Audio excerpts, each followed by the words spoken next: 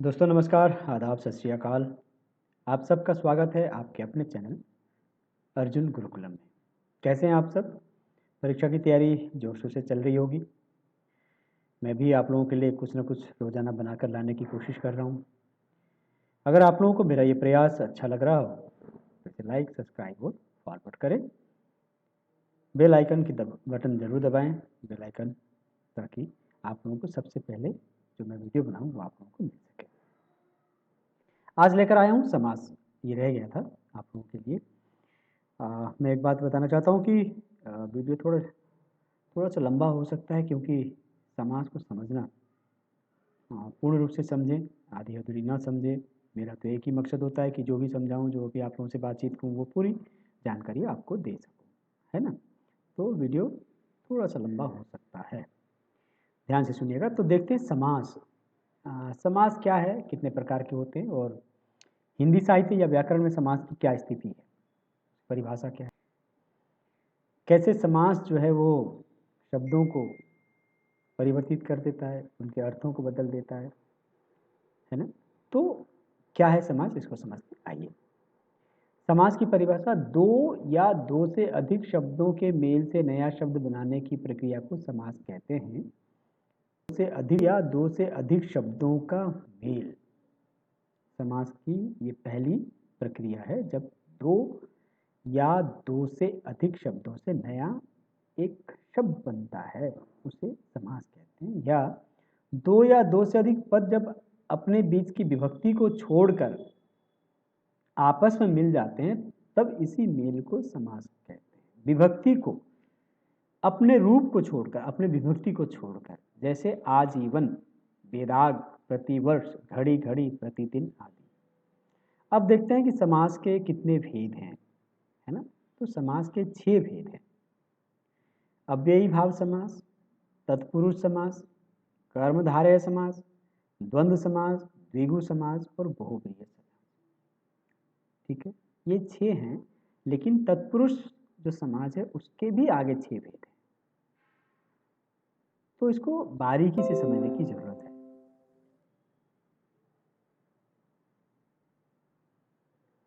अव्ययी भाव समास सबसे पहले देखते हैं क्या है। जिस समास में पहला पद अव्यय होता है वह अव्ययी भाव समास कहलाता है। यानी यहाँ प्रथम पद प्रधान होने से समस्त पद, सामसिक पद भी अव्ययी होता है, अर्थात लिंग, वचन एवं कारक की दृष्टि से यह नहीं बदलता। अव्ययी भाव समास के समस्त पदों का विग्रह करते समय प्राय निम्नलिखित तरीके अपनाए जाते हैं। तो आपको बहुत ही आसानी से ये समझ आ जाएगा। देखिए, जिस पद में पहला पद आ उपसर्ग से बना हो उसे विग्रह में पद के अंत में तक शब्द लिखा जाता है।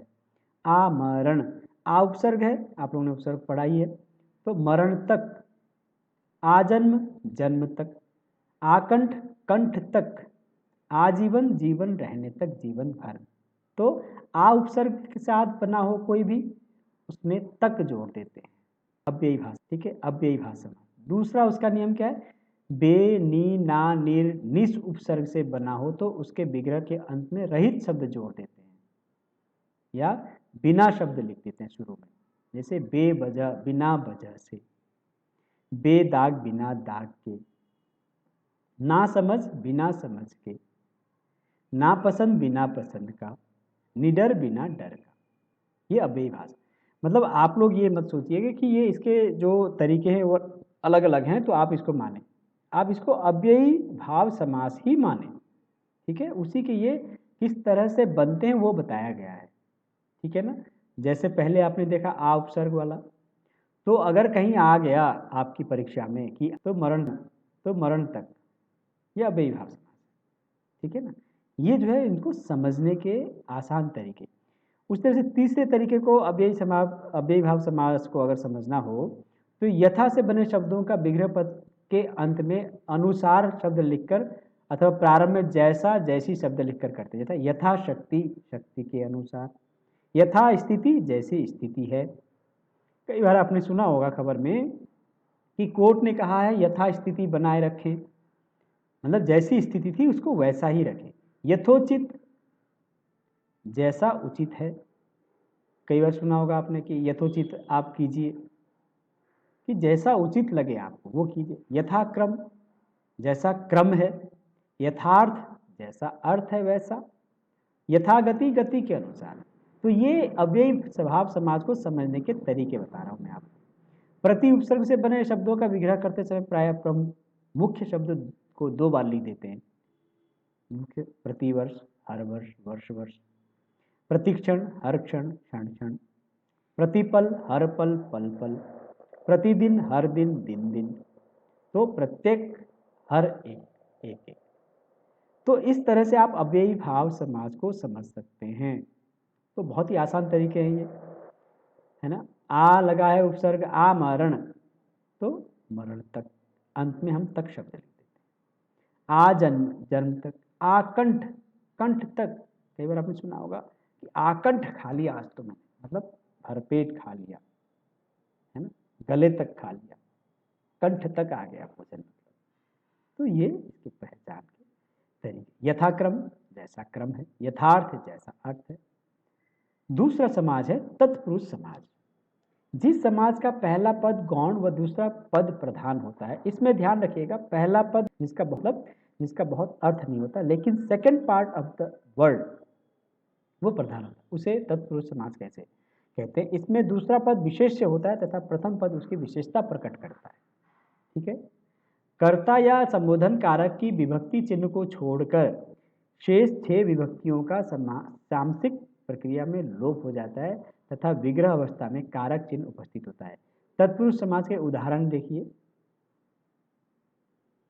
कर्म, कर्ता, तत्पुरुष। कर्ता ने कर्म को करने से द्वारा, जैसे ना, तो कर्म तत्पुरुष। को, मुंह तोड़, को तोड़ने वाला, मुंह तोड़।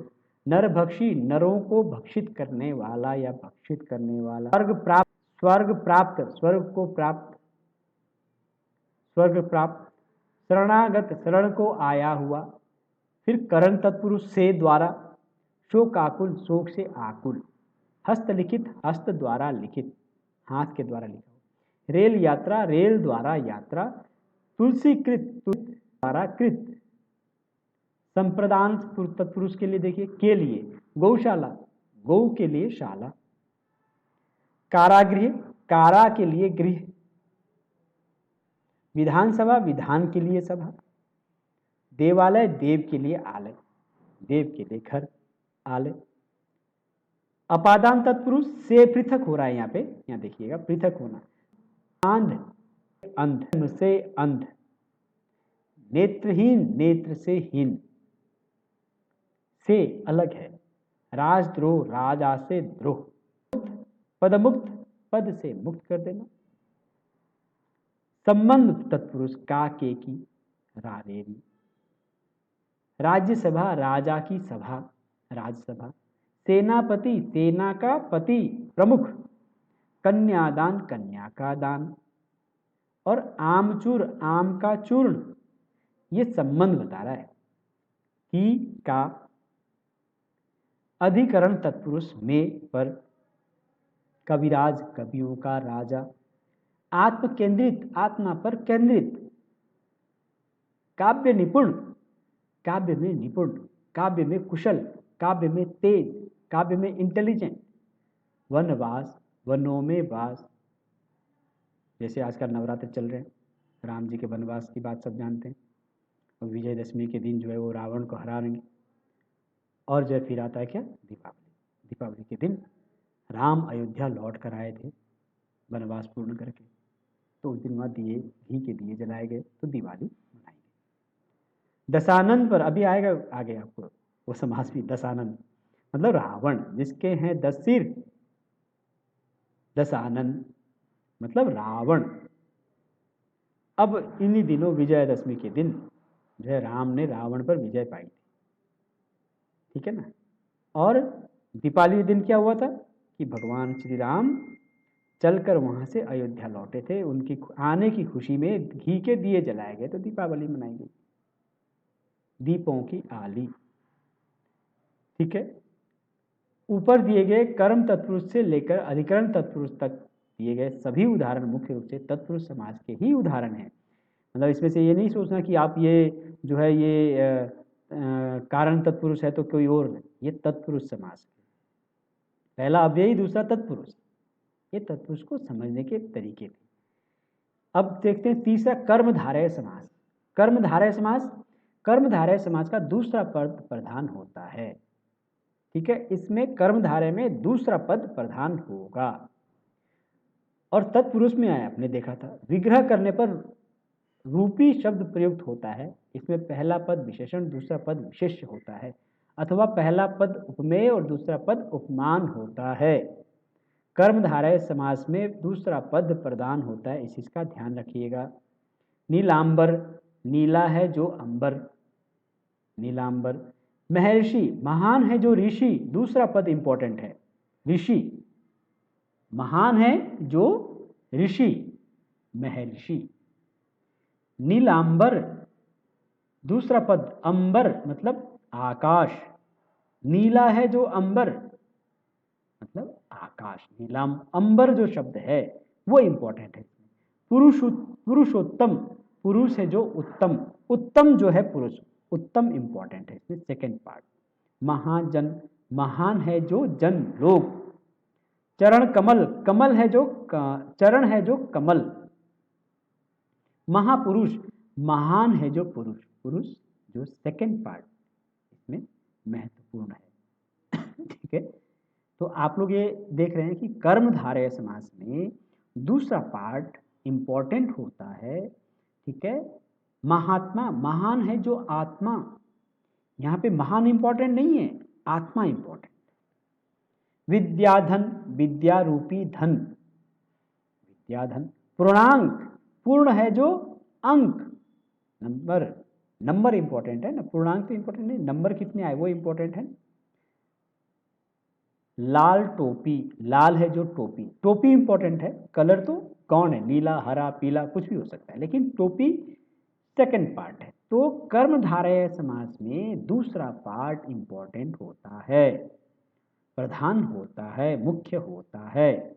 ठीक है, जैसे महर्षि, महान है जो ऋषि, ऋषि तो सब हैं लेकिन जो ऋषि महान है। पुरुषोत्तम, पुरुष है जो उत्तम, पुरुष तो सब हैं, स्त्री हो पुरुष हो सब हैं, लेकिन उत्तम दैट इज इंपॉर्टेंट, राइट। अब द्वंद्व समास देखते हैं चौथा। जिन समास के दोनों पद प्रधान होते हैं वह द्वंद्व समास। कर्मधारय में आपने देखा था, क्या देखा था कि में धारय समास में दूसरा पद इंपॉर्टेंट होता है, लेकिन द्वंद्व समास में दोनों ही पद इंपॉर्टेंट होते हैं। इस समास में या व और के द्वारा दो या दो से अधिक शब्दों को जोड़ा जाता है। द्वंद्व समास में ध्यान रखिएगा दोनों पद इंपॉर्टेंट होते हैं। कर्मधारय में आपने देखा सेकंड पार्ट इंपॉर्टेंट होता है। दोनों पद प्राय एक दूसरे के विलोम होते हैं। विलोम मतलब भिन्नार्थक, अलग, जुदा, सदैव नहीं, हमेशा नहीं होते, कभी कभी समूहवाची शब्द होने पर अंत में आदि लगता है। द्वंद्व समास में देखिएगा कि दोनों पद इंपॉर्टेंट होते हैं। उदाहरण देखिए, राधा कृष्ण, राधा और कृष्ण यहां दोनों ही इंपॉर्टेंट है। जैसे कर्मधारा में क्या था, दूसरा पद महर्षि, महान है जो ऋषि। यहां देखिए कि दोनों ही पद वो महत्वपूर्ण हैं, राधा कृष्ण, राधा और कृष्ण। दाल रोटी, दाल और रोटी। हरिहर, हरि और हर। भूल चुक, भूल चुक आदि। हाथी घोड़ा, हाथी और घोड़ा। धन दौलत, धन दौलत आदि। माता पिता, माता और पिता। दूध रोटी, दूध और रोटी। फल फूल, फल फूल आदि। भाई बहन, भाई और बहन। कई बार आप इसमें देखिएगा कि द्वंद्व समास के अंदर दूध और रोटी, फल फूल आदि, फल और फूल नहीं, फल फूल आदि, ये ध्यान रखिएगा। देखते हैं पांचवा, देखते हैं समास, द्विगु समास। द्विगु समास क्या है, इसका पहला पद संख्यावाचक गणनाबोधक होता है, वह दूसरा पद प्रधान होता है, समूहवाची होता है। इस समाज में समूह का बोध होता है, ये ध्यान रखिएगा। द्विगु समाज के अंदर पहला पद संख्यावाचक होगा, गणना, गिनती वाली, काउंटिंग इसमें होता है। दूसरा पद प्रधान होता है, ठीक है। एवं समूहवाची होता है। इसमें समूह होता है, ये चीज़ का ध्यान रखने का कोशिश करें। इसके आगे कुछ और भी होगा, वो मैं बताऊंगा कि कौन ऐसे हैं जिसमें संख्यावाचक होगा, कौन ऐसे जिसमें संख्यावाचक नहीं होगा। तो द्विगु में क्या होता है कि पहला पद संख्यावाचक होगा, गणना होगा, काउंटिंग होगी उसकी। 5 वृक्षों का समूह, ठीक है, समूह लिखा है, समूहवाची होता है। इस समूह को का बोल, यह समास जो है समूह को प्रकट करता है, समूह को दर्शाता है ये, ठीक है। पंचवटी, 5 वृक्षों का समूह पंचवटी, जहां 5 पेड़ लगे हों। त्रिवेणी, 3 वेणियों धाराओं का समूह त्रिवेणी, ऋषिकेश में त्रिवेणी, प्रयाग में त्रिवेणी, इस तरह त्रिवेणी 3 धाराओं का समूह, आप समझ पा रहे हैं। इसमें पहला पद संख्यावाचक, दूसरा साली होगी और दूसरा समूह होगा। त्रिलोक, तीनों लोकों का समाहार। दशाब्दी, 10 वर्षों का समूह। चौवन्नी, 4 आनों का समूह। चौवन्नी, अठन्नी कहते थे, 12 आना, 4 आना, याद है आप लोगों को। चौवन्नी, 4 आनों का समाहार। समाहार मतलब जोड़, योजक। सप्ताह, 7 दिनों का समूह। 3 त्रिभुवन, 3 भुवनों का समूह। नवग्रह, नव माने 9 ग्रहों का समूह। सप्तकोण, 7 कोणों का समाहार। और दोपहर, दूसरा पहर, 2 पहरों का समाहार। दोपहर, दूसरा पहर, ठीक है। तो इसमें क्या देखा कि ये संख्यावाचक काउंटिंग होती है द्विगु समास के में। द्विगु समास में काउंटिंग, पहला संख्यावाचक होगा और दूसरा समूह होगा। पहले को हम गिनती कर पाएंगे, पंचवटी, त्रिवेणी, त्रिलोक, ठीक है। और अंतिम जो है वो समास है बहुब्रीहि समास। इस समास में दोनों ही पद गौण होते हैं, इसमें कोई भी पद प्रधान नहीं होता, ठीक है। इसमें क्या होता है, दोनों ही पद गौण होते हैं, पहला या दूसरा, कोई उसका अर्थ नहीं, लेकिन इसका तीसरा अर्थ निकलता है। देखिए, भाषा की सुंदरता को देखिए, हिंदी भाषा या किसी भी भाषा की सुंदरता को देखिए कि कैसे कि दो समास जो है, दो शब्दों का जोड़ है ना, मेल है। अब बहुब्रीहि समास एक ऐसा समास है जिसमें न पहला पद इंपॉर्टेंट है, न सेकेंड पार्ट इंपॉर्टेंट है। बहुब्रीहि समास में तीसरा ही कुछ अर्थ निकलता है जो इंपॉर्टेंट है, ठीक है। दोनों पद गौण होते हैं, कोई भी पद प्रधान नहीं होता, परंतु दोनों पदों के अर्थ से तीसरा पद प्रधान होता है, तीसरा अर्थ निकलता है जो इंपॉर्टेंट होता है। तो गिनती देखिए, पीतांबर, पीत हैं अंबर जिनका, मतलब विष्णु भगवान। अगर विष्णु भगवान के बारे में कहना हो तो हम कहेंगे पीतांबर। पीत हैं अंबर जिनका, श्री कृष्ण के लिए भी कहते हैं, पीले वस्त्र धारण करते हैं। लंबोदर, लंबे उदर वाला गणेश, हाथी, लंबोदर। यहाँ ना पहला इंपॉर्टेंट है ना दूसरा, इसमें तीसरा ही अर्थ निकल रहा है। भाषा की सुंदरता को देखिए। पीतांबर, पीत है अंबर, पीत मतलब पीले, हैं अंबर जिसका, वस्त्र, अंबर मतलब वस्त्र, विष्णु भगवान। दिगंबर, दिशा है अंबर जिनका, भगवान शिव। वीणा पाणी, वीणा है जिसके हाथ में, वीणा है हाथ में जिसके, सरस्वती। पहला पद भी इंपॉर्टेंट नहीं है, दूसरा पद भी इंपॉर्टेंट नहीं है, लेकिन थर्ड है। पद्मासन, पद्म है आसन जिसका, ब्रह्मा जी। रविकांत, रतिकांत, रति का है जो कांतपति कामदेव। मुरलीधर, मुरली धारण करने वाला है जो श्री कृष्ण। नीलकंठ, नीले कंठ वाला यानी शिव। न नील इंपॉर्टेंट है न कंठ इंपॉर्टेंट है। तो इसको इस तरह से समझेंगे तो बहुत आसानी के साथ जो है आप लोग समास को समझ पाएंगे और अपने 1 नंबर पक्का कर लेंगे। हो सकता है 2 नंबर के सवाल पूछे जाएं तो अपने 30 नंबर पक्के कर लीजिए। अनंग, बिना अंग का है जो कामदेव। और अंतिम देखिए क्या है, हलधर, वह जो हल का धारण करता है, बलराम या किसान। बलराम को क्या कहते हैं, हलधर कहते हैं ना। इसमें देखिए बहुब्रीहि समास के अंदर न पहला पद इंपॉर्टेंट है न दूसरा, यानी पीतांबर, दो शब्द है, पीत जमा अंबर, न इसमें पहला न दूसरा इंपॉर्टेंट, परंतु दोनों पदों से के अर्थ से जो तीसरा पद निकलता है वो प्रधान होता है इसमें। ठीक है, तो ये समास के उदाहरण आप लोग अब एक दो बार पढ़ेंगे या समझने की कोशिश करेंगे तो बहुत आसानी से आप लोग इसको पकड़ लेंगे और अपने नंबर पूरे कर लेंगे, पक्के कर लेंगे। और ये केवल आज के लिए नहीं है, अगर आप शिक्षक बनना चाहते हैं तो सारा जीवन विद्यार्थी आपसे पूछते रहेंगे, सर बहुब्रीहि समाज क्या होते हैं, मैम द्विगु समाज क्या है, क्योंकि आपको यही पढ़ाना है। क्योंकि अगर आज आपने नहीं सीखा, शिक्षा का सबसे बड़ा जो रूप है, जो सबसे बड़ा तथ्य है वो ये है कि अगर आज आपने नहीं सीखा तो कल जब बच्चे आपसे पूछेंगे तो क्या जवाब दें। इसलिए विद्यार्थियों से मेरा खास तौर से, लर्नर्स, बिगिनर्स विद्यार्थियों से मेरा खास निवेदन है कि हमेशा सीखने का प्रयास करें, क्योंकि ये एक मौका मिलता है, उसके बाद सारा जीवन आपको जवाब देना है, आपकी रिस्पॉन्सिबिलिटी है अगर आपने उस कार्य को अपने हाथ में लिया तो।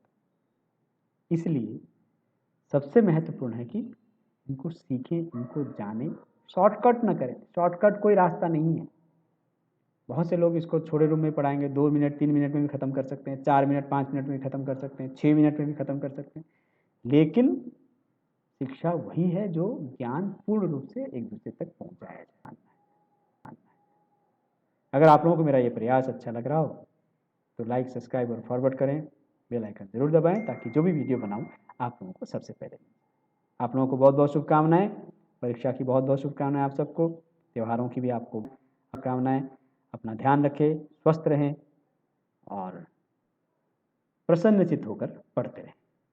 कामयाबी आपकी, सफलता, सफल होंगे आप, कामयाब होंगे, ऐसी मेरी शुभकामनाएं। बहुत बहुत आभार, बहुत